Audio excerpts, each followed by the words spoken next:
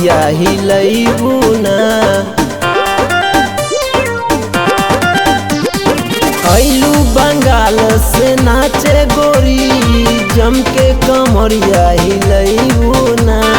कहता यादो के बेटा गोरी, यहाँ से बच के जइबू ना।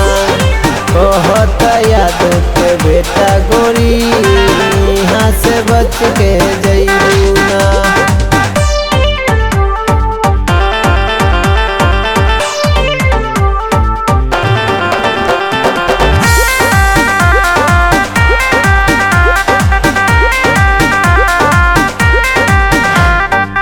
बढ़िया से नाचबू त हम लमरी लुटाई, ढोरी ना देखबू त हम गोली चलवाई।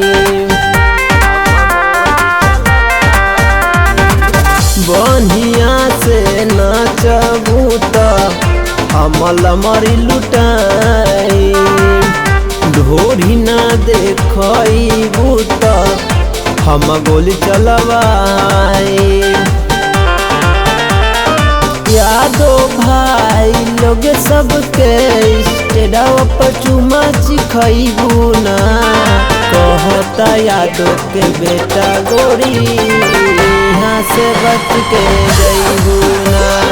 कहता यादो के बेटा गोरी, यहाँ से बच के जइबू ना।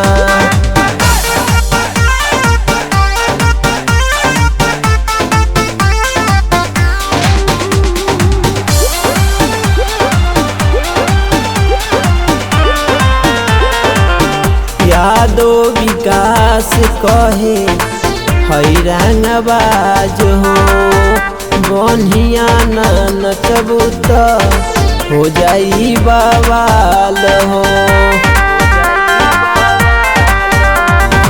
यादो विकास कहे हैरानबाज हो, बढ़िया ना नचबू त हो जाई बवाल हो।